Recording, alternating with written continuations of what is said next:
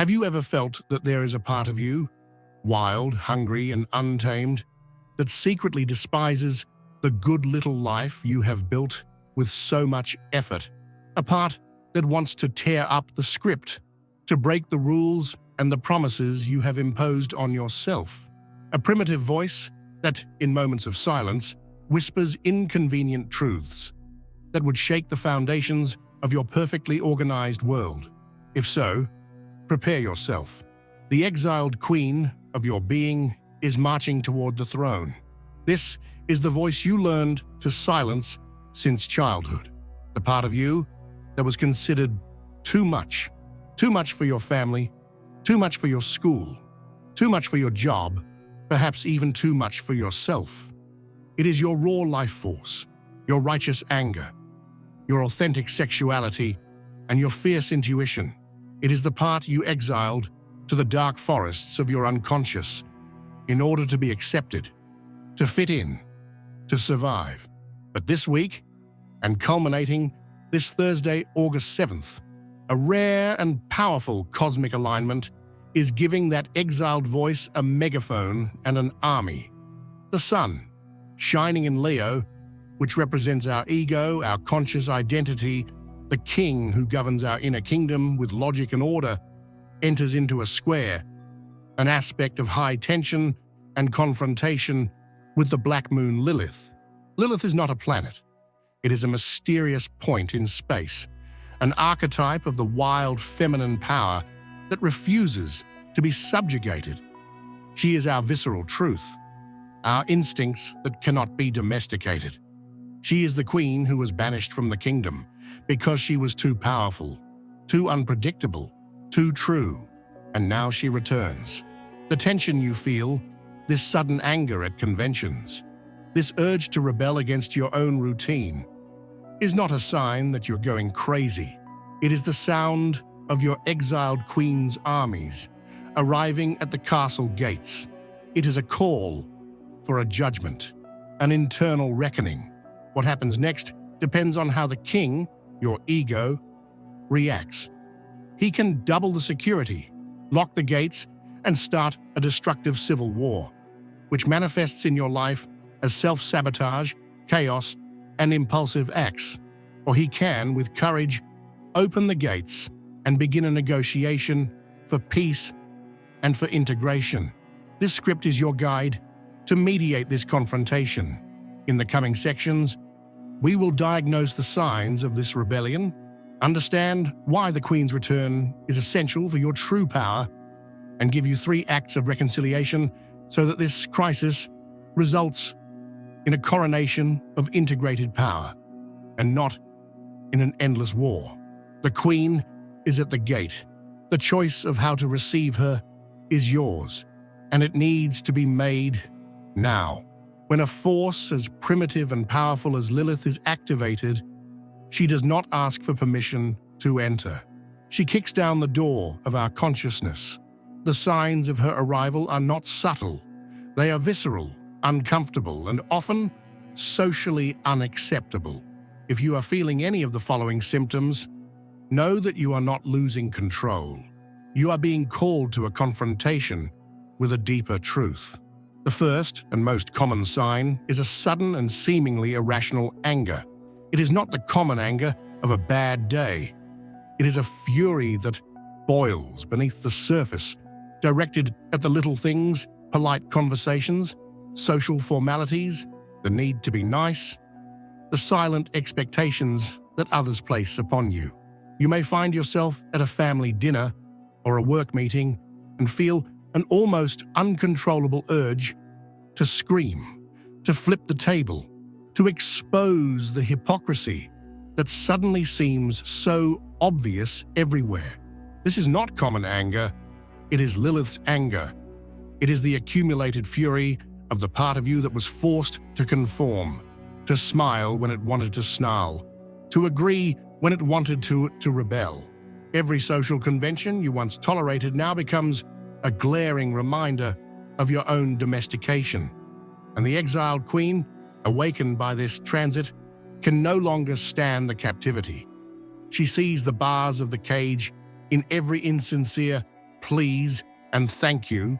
The second sign is one of the most dangerous and misunderstood, a sudden and powerful impulse for self-sabotage, especially and paradoxically in the areas of your life that are most perfect and successful.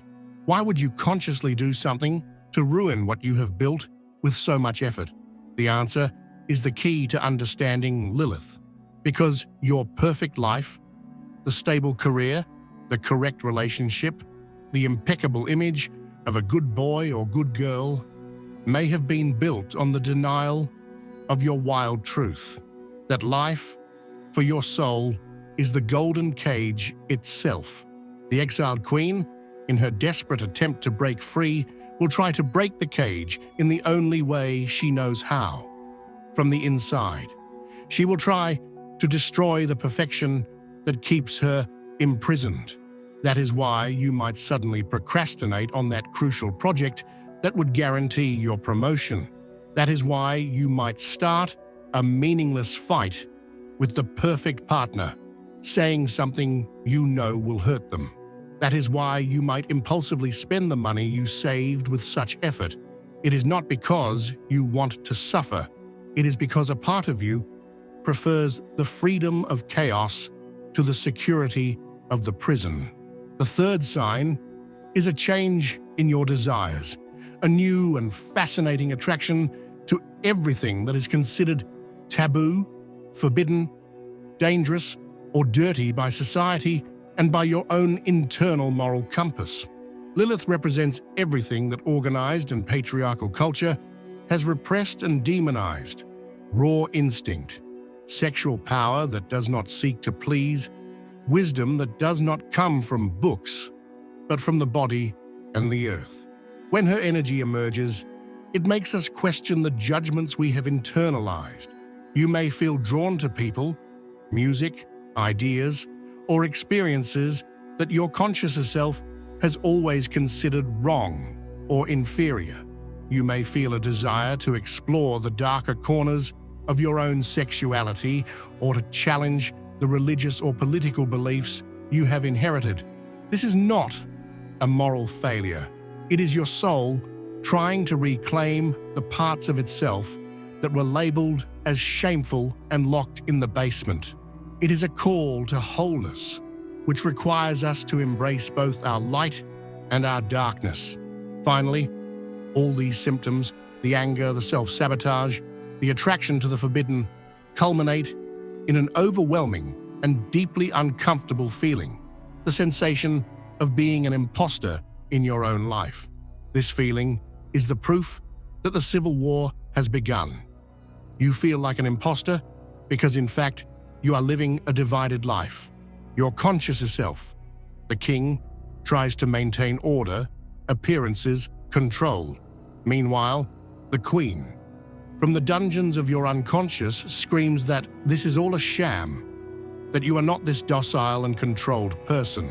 The dissonance between these two forces is what causes the anxiety and the feeling of fraud. The Queen's return, as chaotic as it may seem, is your only chance to unify the kingdom, to become whole and frighteningly authentic again. If you recognized yourself in the symptoms of the rebellion, the natural and programmed reaction of our ego is fear. The immediate impulse is to double the security, reinforce the walls, repress this energy with more force, and push the queen back into the darkness from whence she came. Society, our education, our own logical mind have taught us that this wild force is dangerous, irrational, destructive, and needs to be controlled at all costs. We have learned to fear our own depth.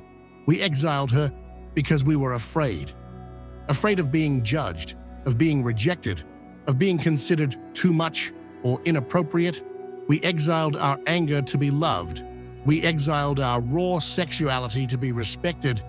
We exiled our animal intuition to be considered rational. In a great and tragic pact with civilization, we traded our authenticity for acceptance. We paid with our power in exchange for a safe, yet diminished place in the tribe. What they didn't tell us, the secret that was buried along with the queen, is that by exiling her, we also exiled the most precious and potent treasures of our inner kingdom. The purpose of this chaos you feel now is this: your soul can no longer bear to live without these treasures. The cost of the exile has become too high. The first treasure, guarded by Lilith, is your rawest and most original creative power. Not the creativity that follows formulas, that seeks likes, that fits into trends, but the wild creativity that is born from the depths of your soul, that channels something unique that only you can bring to the world. The king, our conscious ego, can manage and organize creativity, but it is the exiled queen, our inner Lilith, who gives birth to it in an act of visceral passion. Without her, our art, our work, and our life become sterile, copies of copies, without the life force of originality. The second treasure that was banished along with her is your compass of visceral intuition, not the educated intuition that analyzes pros and cons, but the animal knowing that comes from your body, from your gut, from the shiver on your skin. It is your innate ability to sense danger before it shows itself, to sniff out a lie from miles away, to know which path to take without having a single logical explanation for it. By repressing Lilith, we cut the connection to our body's wisdom and become dangerously dependent only on the rational mind, which is limited and easily deceived by appearances and logical arguments. The third and perhaps most important treasure is your sexual and personal sovereignty. In her deepest aspect, Lilith is the energy of the refusal to be the property of someone or something. It is our sexuality lived for our own pleasure, power, and expression, not for the validation or appeasement of the other. It is our refusal to be defined by social roles of good or bad. It is the force that declares, on a cellular level, I belong to myself. To keep Lilith in exile is to live in a state of perpetual search for external approval, to shape our desires and our life to fit the expectations of others. So, what is the purpose of this cosmic confrontation? It is the universe sounding the fire alarm. It is an emergency call from your soul, saying that the cost of keeping the queen in exile has become unsustainable. The self-sabotage, the anger, and the anxiety you feel are the desperate cries of your imprisoned life force, of your treasures that are rusting in the dungeon. And here is the crucial truth of this week. Most people will feel this energy only as a crisis of anger, anxiety, or a destructive impulse. They will react with fear. They will try to repress their inner queen even more, with distractions, with rationalizations, reinforcing the walls of their prison. They will choose the limited order of the ego instead of the chaotic and powerful totality of the soul. And with that, they will lose the chance to claim their most authentic power. They will remain as kings and queens of an impoverished kingdom, safe but lifeless. But you who are listening and understanding this message are receiving the key to the dungeon. You are receiving the treasure map. This transit is not a curse. It is a rare and sacred opportunity for integration. It is an invitation for the brave who are tired of living by half, who are ready to embrace their totality with all its light and all its glorious and potent darkness. The question is no longer if the queen should return, but how we are going to receive her in a way that heals and unifies the kingdom instead of burning it to the ground. The acts of reconciliation are our next step. Now that we understand the why of the queen's return, we arrive at the how. How do we open the castle gates without the kingdom collapsing? How do we transform the fury of rebellion into the strength of integration? The answer lies not in struggle, nor in total surrender to chaos, but in a conscious process of reconciliation. What follows are not self-help, tips, or tricks. They are 3 sacred acts of soul diplomacy designed to transform the internal civil war into a joint coronation. The first act, the audience with the Queen. The first step in any peace process is to listen. The exiled Queen, your inner Lilith, has been silenced for years, perhaps decades. Her anger and her acts of sabotage are the desperate cries of one who has never had an audience with the king. Our first task is to grant her that audience. Take a notebook and a pen. This will be your council room. On a blank page, write at the top of the paper, "An audience with my exiled queen." Find a place where you will not be interrupted. Close your eyes for a minute. Breathe deeply and invite that wild energy, that repressed part of you, to present itself. Feel it in your body. Then, open your eyes and write the first question from the king, your ego, to her. The question is, what have you come to tell me? What do you desperately need me to acknowledge? And then, write. The most important rule is, do not think, do not judge, do not edit. Let the answer flow directly from your intuition to your hand. Allow her to complain, to curse, to cry through your words. Your only job is to be the royal scribe, to record the Queen's testimony without any censorship. Keep asking, what else? And what else? Until you feel the torrent of emotion has calmed down. This act in itself is immensely healing. For the first time, the repressed energy is not fought or judged, but heard with respect. The second act, the gesture of recognition. The Queen is not satisfied with just words on paper. She needs recognition in the physical world. After being heard, the next step in diplomacy is a gesture of goodwill. We need to show her, through a concrete action, that we are willing to give her a place in our real life. Your task now is to make a gesture of recognition to her. This means giving this energy a real physical space by deliberately doing something that your conscious ego, the controlling king, would normally forbid for being unproductive, indecent, a waste of time, childish, or too bold. The action needs to be something that feeds your wild soul, not your resume or your social image. Think of something that a part of you secretly yearns to do. It could be putting on that music at full volume and dancing alone in your living room in a primal and chaotic way. It could be wearing that piece of clothing you love, but that is stored away for being too flashy. It could be setting aside a full hour to do absolutely nothing just to feel pleasure. It could be painting, singing, howling at the moon. The nature of the gesture is personal, but the intention is the same. It is an act that honors pleasure, instinct, and freedom, instead of productivity and conformity. This symbolic act sends a powerful message to your subconscious. I see you, I honor you, and you have a place in my life.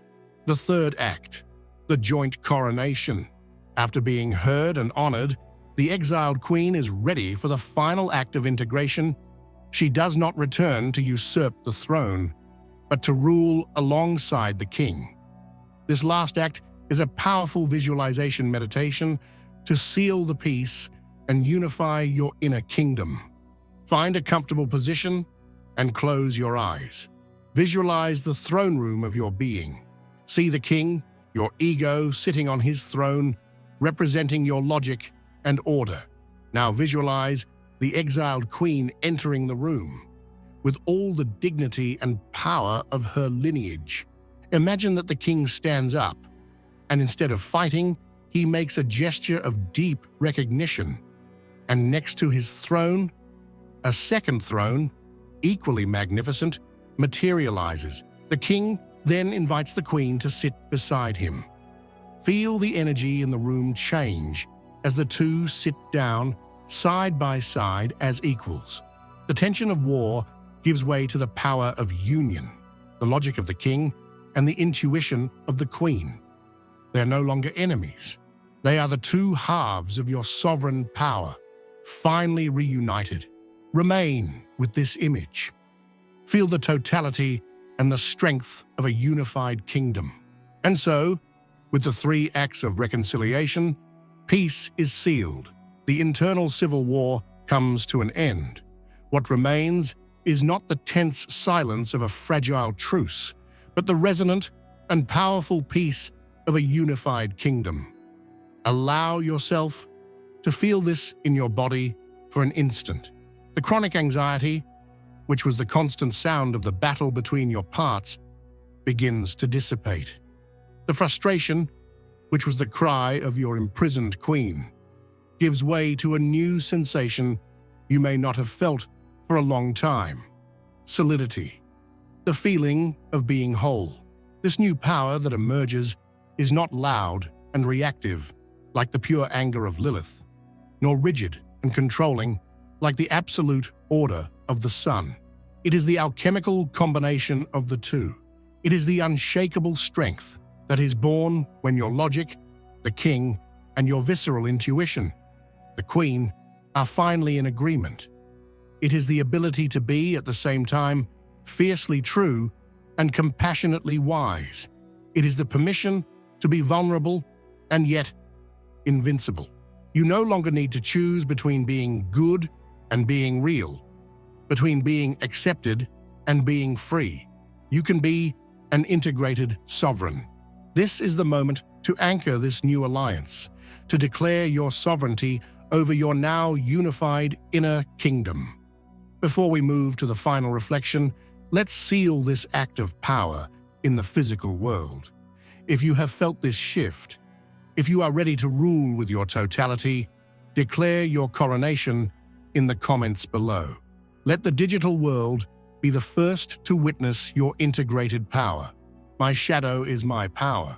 By writing these words, you are not just typing, you are performing an act of magic, informing every cell of your being and the universe that the internal war is over and the new era of your reign has begun. With your power anchored, what is life like from now on? The integrated queen will not make you reckless or destructive. On the contrary, her voice, now clear and without the distortion of exile's anger, becomes your most reliable compass, your most intimate counselor. You will begin to make decisions that honor not only your security and stability, the king's desire, but also your pleasure, your passion, and your visceral truth, the queen's desire. You will notice that your tolerance for inauthenticity, in yourself and in others, will drastically diminish. Situations and people that require you to exile or silence a part of yourself will become energetically unbearable. Do not fight this. It is your new soul's immune system, protecting the integrity and health of your kingdom. This is true power, not the absence of darkness, but the courage to rule with it, to dance with it, to use it as a source of wisdom and strength. Welcome to your kingdom, Sovereign, and don't forget to subscribe so we can continue to explore the totality of our being together.